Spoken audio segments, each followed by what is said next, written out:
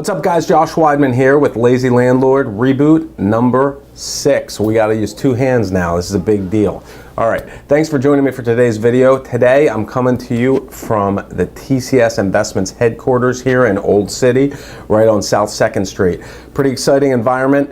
Lots of people running around and really cool things happening here. Today's video, I want to talk to you about the importance of location when it comes to real estate investing, specifically how it pertains to buy and hold investments. Now, you know, it's a really common, almost a cliche line. What's real estate? Location, location, location. Yeah, it's definitely true, but there's some reasoning behind that. First of all, if you're looking at a location for a rental property, you know, you want to make sure that the property cash flows. If you're investing in a center city property, unless you're getting a really fantastic deal, it's unlikely that you're going to see monthly cash flow from that investment. Second reason that we're looking for investment is that we want to be able to realize well, cash flow, but also appreciation. So we're going to be looking in neighborhoods that, number one, have a high rent to value ratio. Now, this is not the only important factor, because at the end of the day, you know, you got to be able to collect your rents, and that's going to be point number 2 here. But when you're looking at these neighborhoods, you're going to be looking at areas that you've got 2 different sides of the pricing spectrum, where you can buy a property that needs a good amount of work at a really big discount, and you can also buy in that neighborhood a completely renovated property that, you know, has been blown out. And so the difference on the low end and the high end of these renovations gives you a big spread in price point. You can add a lot of value by doing renovations to these properties. Once you've done the renovations and you've realized the appreciation that comes along with that type of repair, now it's time to put the tenant in place. Well, if you do these renovations in a neighborhood that's, you know, a slum, you know, it's a really bad neighborhood where half of the buildings are boarded up and the other half are vacant, you're probably not going to be able to find a quality tenant.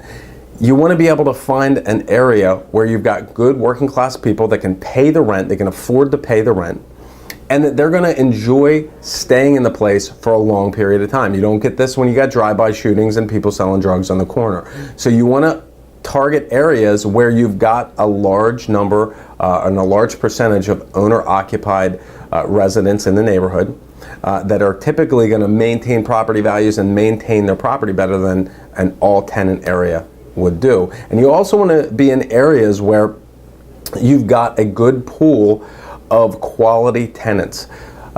When you're getting into these properties, you want to be able to rent, like I said, to good people that are going to be able to pay the rent beyond you know, the first move-in, pay the deposit, security deposit last month, the first month's rent. You want somebody that's going to consistently be able to pay that rent, and they're going to have a motivation to do so. So last and not least, if you're targeting locations, it's often smart to look at areas that are on the upswing, and that the increases in values are not caused by the general market. I mean, the real estate market, just like the stock market and every other market in the financial market out there, prices go up and down all over the place. We're going to target areas that have the potential to increase, not because of you know, low interest rates, or, you know, an upswing in easy money, or just an upswing in the market in general. We're going to look at areas that are going to appreciate because the neighborhood itself is getting better. Gentrifying areas are perfect for these type of investments. As the neighborhood matures and you go from the artists to the students to the young professionals, and you start getting into neighborhoods that have more and more families moving into the neighborhood, you're going to get some maturity in that area. And if you're able to invest on the front end of that swing, you can get in at today's numbers and still have a ton of upswing and upside on that investment. So, hey, cliche or not, location, location, location, it is a vital part of any buy and hold, or frankly, any real estate investment.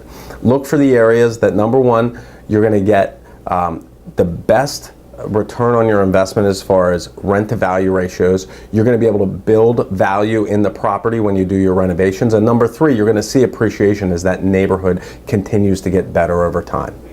That's all I got for today. Thanks so much for joining me.